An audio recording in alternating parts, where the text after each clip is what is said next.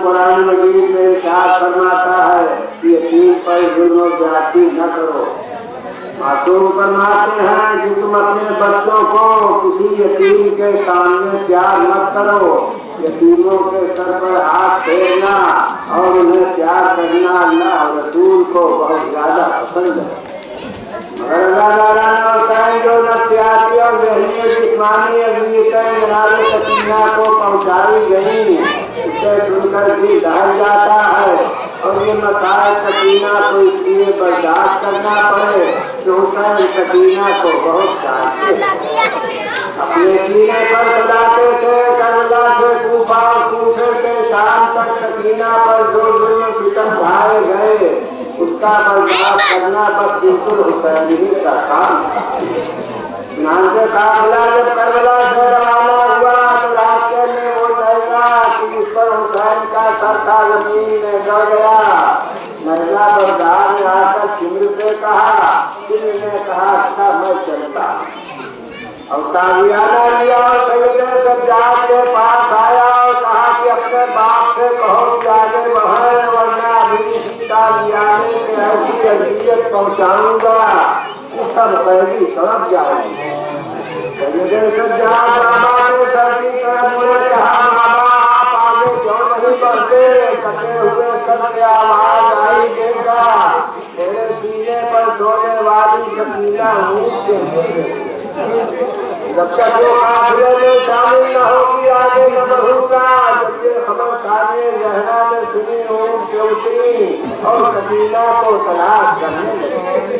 कहती जाती थी मेरी सकीना कहाँ हो, जरा आवाज दे दो। तलाश करते करते एक जगह पहुंची तो देखा एक दीदी जलती जमीन पर बैठी है।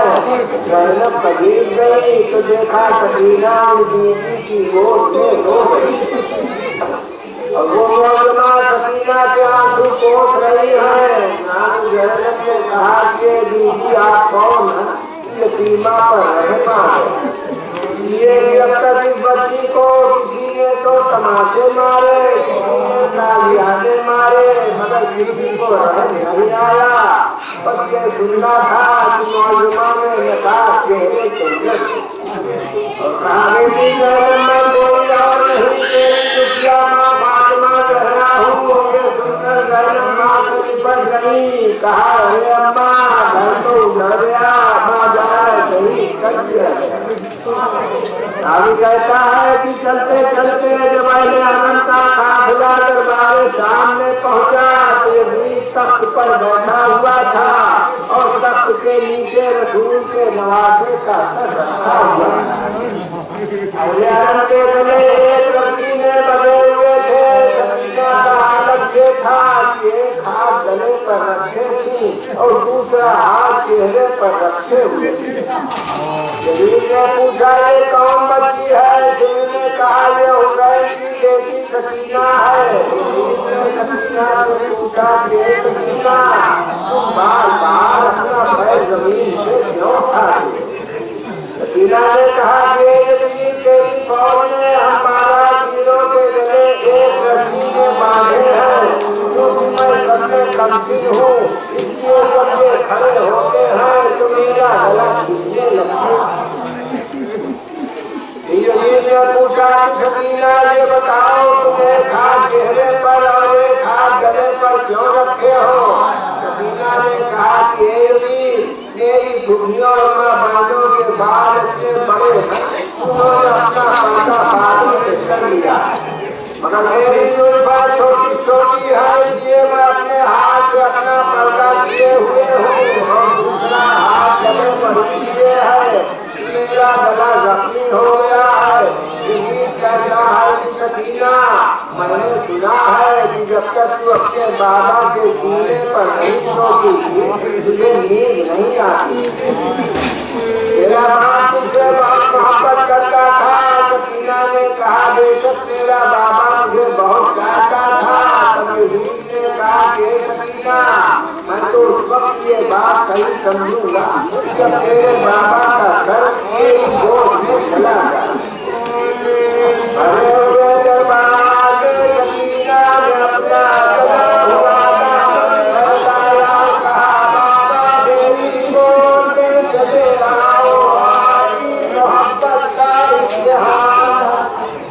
रावी कहता है कि करके चला के करो से बुलंद हुआ, सकीना की गोद में आ गया। के बाद जय अरब को शाम के पैर खाने में भेज दिया, हाय भूखे की सजा दिया।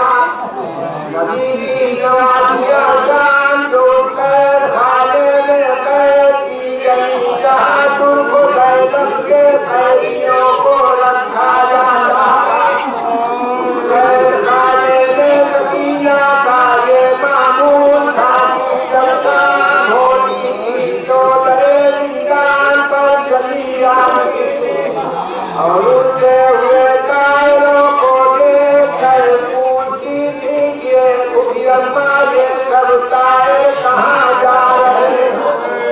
नारे जैनब फरमाती थी कि ये बेटी ये सब अपने आशियानों की तरफ जा रहे हैं। तब सकीना रो रो कर कहती थी कि ये खुदी अम्मा हम लोग अपने वतन कर जाएंगे। खाने सामने जब रात आती थी तो सकीना को बाप का सीना याद आता था। जब बाप का सीना याद आता था तो इस कदर तड़प तड़प कर दिया करती थी। कैद खाने से करीब जो यतीम का महल था वहाँ तक रोने की आवाज पहुँच जाती थी।